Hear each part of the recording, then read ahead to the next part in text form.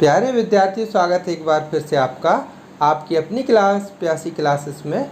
आज के वीडियो में हम क्लास 12 फिजिक्स जो कंटिन्यू क्लास चल रही है उसी के अंतर्गत आज वीडियो पार्ट 3 गतिमान आवेश एवं चुंबकत्व के अंतर्गत आज हम जानेंगे एम्पियर का परिपथीय नियम और इसे सिद्ध करना। इसके बाद एक और बहुत ही महत्वपूर्ण प्रश्न जो परीक्षा में कई बार पूछा जा चुका है पहले कि लंबे ऋजुरेखी चालक तार के कारण समीप स्थित किसी बिंदु पर उत्पन्न चुंबकीय क्षेत्र की तीव्रता हेतु व्यंजक ज्ञात कीजिए। प्यारे विद्यार्थियों, दोनों प्रश्न बहुत ही महत्वपूर्ण हैं और हम इन दोनों प्रश्नों को बहुत सरल विधि से समझाएंगे। तो चलिए शुरू करते हैं आज की क्लास। ये देखते हैं सबसे पहले प्रश्न पहला, एम्पियर का परिपथीय नियम लिखिए एवं सिद्ध कीजिए। बहुत बार आ चुका प्रश्न, बहुत ज़्यादा इम्पोर्टेंट है, आपकी तिमाही छमाही परीक्षा के लिए भी बहुत ज़्यादा IMP है, इसलिए इसको सीख लीजिएगा और इसकी ज़रूरत अपन को आगे के प्रश्नों में भी हल करने में पड़ती है। तो ये जो इसका कथन है हमने लिख लिया है, इसको एक एक बात समझा देंगे, है ना। तो पहले मैं इसका जो कथन है इसको अपनी भाषा में समझाऊँ। देखिए, कोई चालक तार है तो उसमें अगर धारा प्रवाहित करें, ये देखिए कि माना ये चालक तार है, ये पेन के माध्यम से बताऊं, ये जैसे पेन है ना, इसमें चालक तार है। अब इसमें धारा प्रवाहित हो रही, कैसे धारा प्रवाहित हो रही, नीचे से ऊपर की ओर धारा प्रवाहित हो रही ये। अब धारा प्रवाहित होगी तो उसके चारों ओर क्या उत्पन्न होगा, चुंबकीय क्षेत्र। ये तो आपने पढ़ ही लिया है। तो इसमें हमने दाहिने हाथ का नियम ये बताया था कि यदि जिस दिशा में धारा प्रवाहित हो रही है उस दिशा में अपन को अंगूठा रखना है। ये अंगूठा रखे तो अंगुलियां जिस ओर मुड़ेंगी, ऐसे मुड़ रही ना, ये इस तरफ, ये ऐसे डायरेक्शन मुड़ रही है, तो अंगुलियां जिस ओर मुड़ेंगी वही बल रेखा को प्रदर्शित करेगी। इतनी सी तो बात है ना। तो बल रेखा की प्रदर्शित यहाँ पर ये देखिए, यही में हमने बनाया यहाँ पर कि XY एक चालक तार है ना। अब इसमें I धारा प्रवाहित कर रहे हैं, तो ये देखिए यहाँ पर बात करें तो यहाँ बिंदु P पर जो चुंबकीय क्षेत्र की दिशा होगी वो कैसी होगी, नीचे की ओर होगी, ऐसी है ना, नीचे की ओर होगी। तो अब जब यहाँ पर हम एक कल्पना कर लें, किसकी कल्पना कर लें, बंद पास बंद वक्र की कल्पना कर लें। R त्रिज्या मान लें, R दूरी ले लें और इसके चारों ओर ऐसे करके एक बल रेखा को अपन बंद वक्र मान लें। तो यही कहा है नियम ये कहा है कि किसी बंद वक्र के परितः, किसी बंद वक्र के परितः, यानी ये बंद वक्र, जैसे हमने ये ले लिया चालक तार और ये इसमें ये बंद वक्र मान लिए, ठीक है ना, ये इस टाइप से बंद वक्र मान लिए, ठीक है।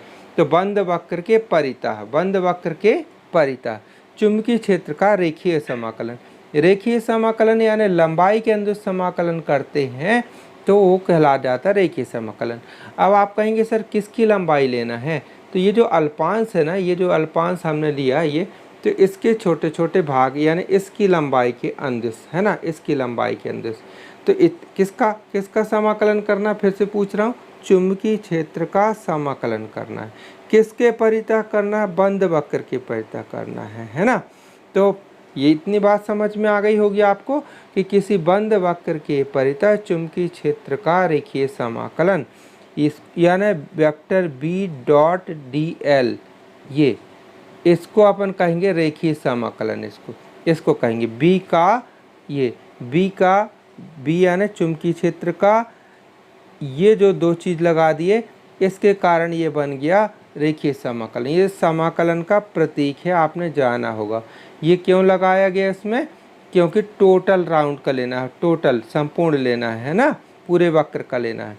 तो इसको आप क्या पढ़ेंगे, इसको क्या पढ़ेंगे, पहले इतना पढ़ करके बताइए क्या पढ़ेंगे, किसी बंद वक्र के परितः, किसी बंद वक्र, ये बंद वक्र ले लिए, किसी बंद वक्र के परितः किसका ये चुंबकीय क्षेत्र का रेखीय समाकलन। इतनी बात समझ में आ गई कि इस नियम के अनुसार निर्वात में किसी बंद वक्र के परितः चुंबकीय क्षेत्र का रेखीय समाकलन उस वक्र द्वारा, अब जो वक्र जो आपने लिया है उस वक्र द्वारा घिरी कुल धारा, तो यहाँ इत्तेफाक से एक ही धारा है, अगर और भी धारा होंगी तो उनका योग करना पड़ता, सदिश योग करना पड़ता है ना, बीजगणित योग करना पड़ता। तो उस वक्र द्वारा घिरी कुल धारा, तो कौन सी धारा है, I का कितना गुना होगा, μ0 गुना होगा, ये है ना, ये हो गया आपका नियम। इसी को आपको यहाँ पर शब्दों में हमने लिख करके बताया कि इस नियम के अनुसार निर्वात में किसी बंद वक्र के परितः चुंबकीय क्षेत्र B का रेखीय समाकलन उस वक्र में घिरी कुल धारा I का μ0 गुना होता है। μ0 क्या है? चुंबकनशीलता है, ठीक है कि नहीं। अब इसकी व्युत्पत्ति करना है। अब इसको कैसे करेंगे? यहाँ जो चित्र बना है इसको आपको समझाना है। देखिए, माना XY, ये जो है XY असीमित लंबाई का चालक तार है ना, जिसमें तीर की दिशा में ये एरो बना ना, एरो की दिशा में यानी X से Y या ऊपर की ओर बोल सकते हैं धारा प्रवाहित हो रही है I, ठीक है ना। तो इसके चारों ओर क्या उत्पन्न हो जाएगा? चुंबकीय बल रेखा उत्पन्न होंगी। चुंबकीय बल रेखा कैसी उत्पन्न होंगी? संकेंद्रीय वृत्त की, जैसे हमने एक ही बनाया है, यहाँ पर आप दूसरी भी बना सकते, कल्पना कर सकते। ये इस टाइप से बल रेखा उत्पन्न होंगी, इस टाइप से बल रेखा उत्पन्न होंगी। संकेंद्रीय यानी जिनका केंद्र एक ही है।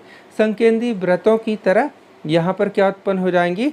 बल रेखा उत्पन्न होंगी, जो कैसी होंगी? चालक के लंबवत होंगी। भाई ये चालक है, चालक तार मान ले उसको, है ना, पेन को। अब जो बल रेखा उत्पन्न होंगी ये इस टाइप से होंगी, ये इस टाइप से होंगी। तो अब ये बल रेखा देखिए लंबवत है ना, इससे ये लंबवत है। ऐसा बताऊं तो ज़्यादा साइज में समझ में आई है ना। ये पेन ऊपर है ये, ठीक है, और ये इसके राउंड में ये लंबवत है ना, इस टाइप से। तो ये लंबवत होंगी, चालक के लंबवत होंगी, ठीक है।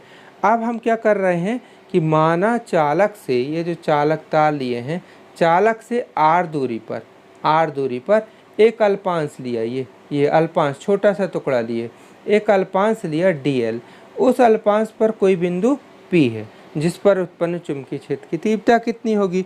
तो प्यारे विद्यार्थियों, बायो सेवर्ट के नियम से एक प्रश्न आएगा कि लंबे ऋजुरेखीय चालक तार के कारण उत्पन्न किसी बिंदु पर उत्पन्न चुंबकीय क्षेत्र की तीव्रता कितनी होती है? तो उसका मान होता है, इसको याद रखना होगा आपको। ये खुद एक डेरिवेशन है, B बराबर म्यू0 I बटे 2 पाई R, है ना, इतनी होती है।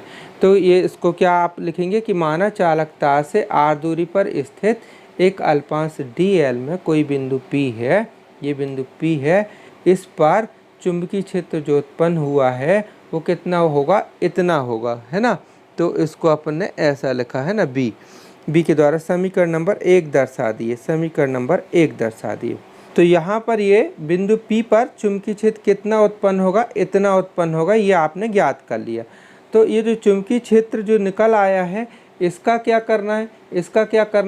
इसका लिखा है आपने, उसका क्या करना है? रेखीय समाकलन, यानी इसका अपन को रेखीय समाकलन करना है, यानी लंबाई के अनुदिश समाकलन करना है। समाकलन करने का चिन्ह क्या होता है? समाकलन करने का चिन्ह ये होता है ना। किसका समाकलन करना है? चुंबकीय क्षेत्र का, यानी वेक्टर बी का, है ना। काय के सापेक्ष करना है? लिखा ना रेखीय समाकलन, यानी लंबाई के अनुदिश समाकलन करना है, ये ठीक है। यहाँ डॉट आएगा, ठीक है ना, डॉट, ये अदिश गुणा।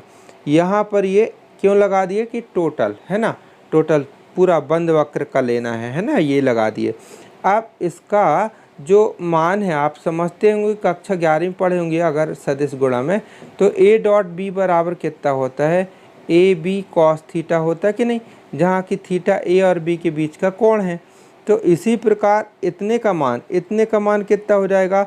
इतने का मान हो जाएगा BDL cos थीटा, जहाँ की थीटा क्या है? थीटा क्या आएगा? B और DL के बीच बना कोण। अब मैं यही बताऊं कि इसको तो हम ऐसा लिख देंगे, कैसा लिख देंगे? यहाँ पर ये आगे समाकलन का चिन्ह लगे रहने, यहाँ पर आ गया BDL cos थीटा, ठीक है ना, cos थीटा। तो यहाँ पर लिखेंगे जहाँ थीटा वेक्टर B व DL के बीच क्या है? कोण है। तो अब यहाँ पर बताइए कि थीटा बराबर, इसलिए थीटा बराबर कितना आ जाएगा? देखिए यहाँ पर बात करूँ तो जो चुंबकीय क्षेत्र है, चुंबकीय क्षेत्र किस तरफ है? चुंबकीय क्षेत्र कैसा जा रहा है? जो बल रेखाओं की दिशा होगी ऐसी होगी, बल रेखा की दिशा ऐसी, है ना। चुंबकीय क्षेत्र ऐसा, और लूप भी कैसा है, लूप भी यहाँ पर हमने बताया था ना कि मुड़ा हुआ है, तो लूप भी ऐसा जा रहा है और चुंबकीय क्षेत्र भी ऐसा, दोनों उसी डायरेक्शन में जा रहे हैं। ये देखिए अच्छे से समझा दूँ, ये देखिए ये लूप हो गया, है ना। तो चुंबकीय क्षेत्र की दिशा भी कैसी आएगी, चुंबकीय क्षेत्र की दिशा भी ऐसी आ रही है, ऐसी चल रही है, इसी के अकॉर्डिंग ये, और लूप भी ऐसा जा रहा है। तो दोनों के बीच में जब दोनों की दिशा एक सी है तो थीटा बराबर कितना बनेगा, 0 अंश बनेगा। तो इस थीटा की जगह पर हमको क्या लिख देना है, 0 डिग्री। तो यहाँ पर कितना आ जाएगा, ये यहाँ पर cos 0, तो cos 0 लिख दिए। तो cos 0 का मान कितना होता है, cos 0 का मान होता है 1। तो यहाँ पर ये कितना आ जाएगा, यहाँ पर आ जाएगा ये इतना बचा आपके पास मान, ठीक है ना, इतना। तो अब इसके आगे की कहानी हम बताते हैं आगे, तो इतना आप लोग अच्छे से पहले नोट कर लीजिए। तो यहाँ पर अपने पास इतना प्राप्त हो गया, ठीक है। अब यहाँ पर क्या करना है, अब देखिए आप कहेंगे सर सेम है, नहीं भाई यहाँ पर बहुत अंतर है, यहाँ वेक्टर लगे, यहाँ वेक्टर नहीं है, डॉट है ना, बहुत अंतर है ना। इसलिए फिजिक्स में प्रतीकों का बहुत महत्व होता है। तो अब यहाँ पर आपको हमने अभी बताया था कि b का मान कितना निकला था, तो b का मान निकला था म्यू 0 I 2 पाई r, है ना, बायो-सेवर्ट के नियम से। तो ये b का मान यहाँ पर रख दें, है ना। तो लिख सकते हैं समीकरण 1 से किसका मान, b का मान रखने पर, तो b का मान इसमें रख दें, ये b का मान रख दें इसमें। तो यहाँ पर b का मान रखे दे रहे हैं, तो ये वाले पक्ष तो आप ज्यों को त्यों लिखते चलिए, ये जैसा का तैसा लिख दें इसको, ये आई बात समझ में।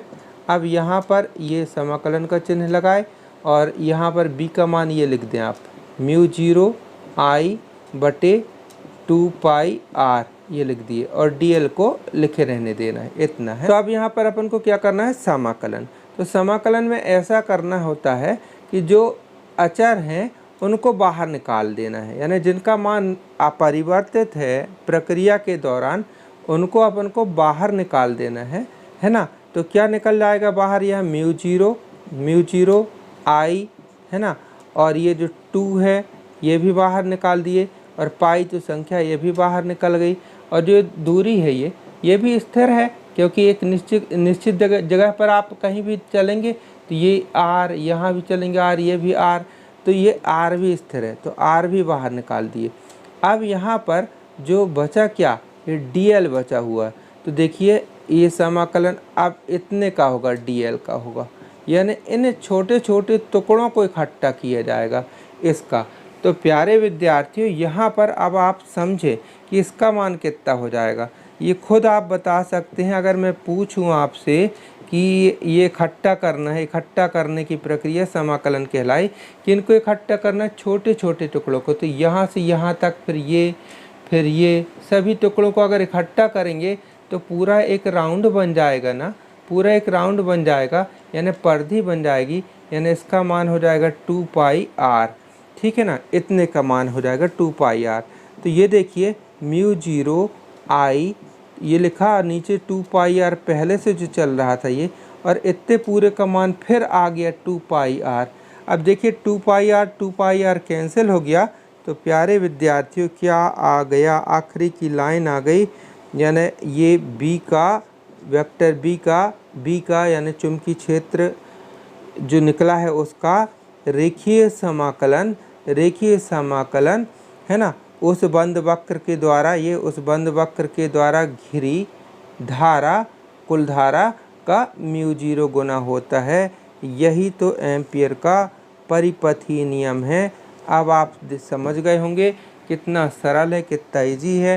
तो प्यारे विद्यार्थी इसको नोट कर लीजिए। अब हम इसके बाद एक और भी बहुत महत्वपूर्ण क्वेश्चन बताने वाले हैं। देखते हैं दूसरा प्रश्न, सीधे लंबे ऋजु रेखीय चालक तार के समीप किसी बिंदु पर उत्पन्न चुंबकीय क्षेत्र की तीव्रता हेतु व्यंजक ज्ञात कीजिए। प्यारे विद्यार्थी ये प्रश्न जब परीक्षा में आए तो इसमें मतलब दो प्रकार से इसको किया जा सकता है, एक बायो-सेवर्ट के नियम से, दूसरा एम्पियर के नियम से किया जा सकता है। तो बायो-सेवर्ट के नियम से करेंगे इस प्रश्न को तो थोड़ी वो बड़ा जाएगा और थोड़ी उसमें गणितीय भाग ज़्यादा है ना। और एम्पियर के नियम से करेंगे तो ये प्रश्न बहुत आसानी से और बहुत जल्दी हल हो जाता है। प्रायः यह प्रश्न परीक्षा में इतना ही आता है, इसी प्रकार से आना हुआ तो कि सीधे लंबी ऋजुरेखी चालक तार के समीप स्थित किसी बिंदु पर उत्पन्न चुंबकीय क्षेत्र की तीव्रता हेतु व्यंजक ज्ञात कीजिए।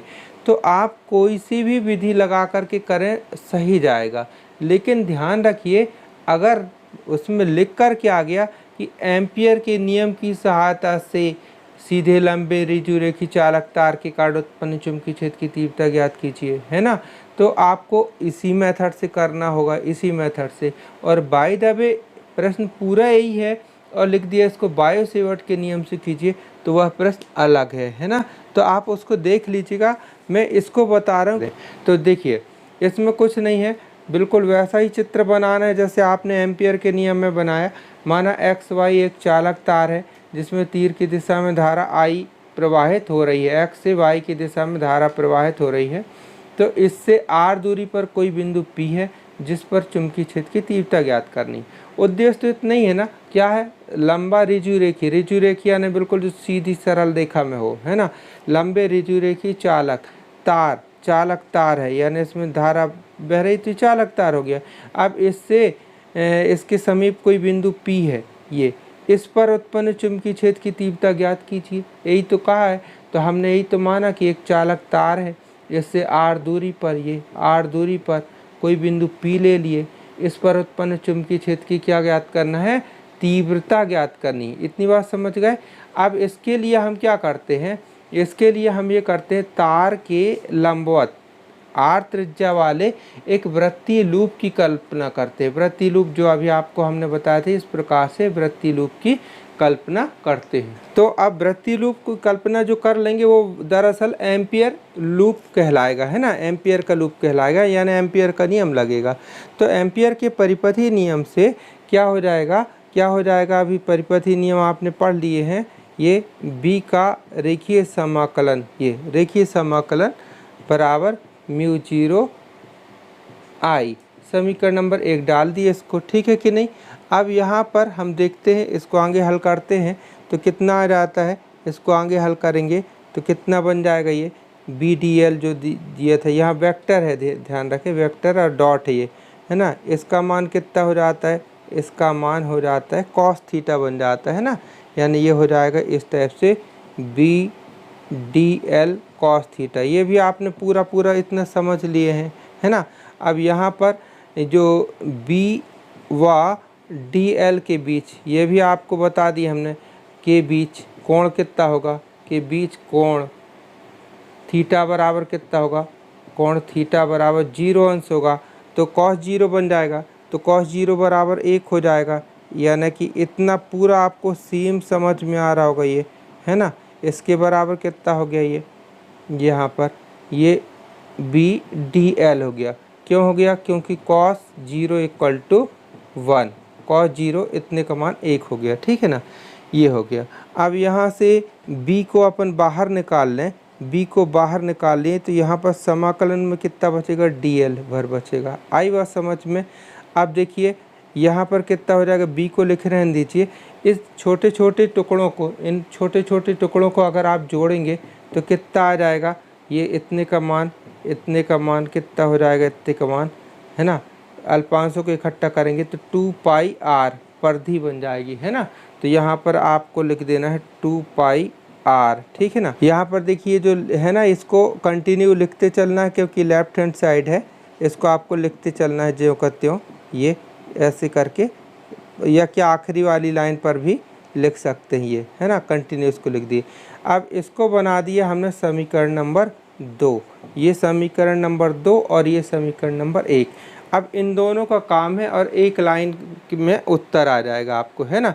तो हम लिखते हैं, अब इसके बाद इतना आप नोट कर लें, पहले ये यहीं समझा देते हैं, बहुत छोटा सा तो बचा। तो यहाँ पर हमको लिख देना है समीकरण 1 व 2 से, समीकरण 1 व 2 से, यानी समीकरण ये 1 और ये जो 2। तो देखिए लेफ्ट हैंड साइड BDL, है ना, ये देखिए यहाँ पर कितना लिखा है BDL, पूरा लेफ्ट हैंड साइड सेम है ना, तो राइट हैंड साइड भी सेम होगा, सीधी सी बात है। यानी यहाँ पर आ गया B 2πr, ये B × 2πr बराबर इसका राइट हैंड साइड म्यू 0 आई। ठीक है ना। हमको क्या निकालना है, b का मान निकालना है, तो b बराबर, b यहीं लिखे रहने दें, इसका पक्षांतर यहाँ कर देंगे तो कितना हो जाएगा, म्यू 0 आई बटे 2 पाई आर। यही इसका आंसर है, ये इसका आंसर है। ठीक है कि नहीं। तो ये कितना सरल है, कितना आसान है, आप इसको अच्छे से तैयार कर सकते, बहुत इम्पॉर्टेंट है। तो प्यारे विद्यार्थियों, इनको आप प्रैक्टिस ज़रूर कीजिएगा और हाँ, आगे भी वीडियो आपको मिल सकें इसलिए सब्सक्राइब कर लीजिएगा। तो मिलते हैं बहुत जल्दी अगले वीडियो में, तब तक के लिए बाय, थैंक यू, जय हिंद।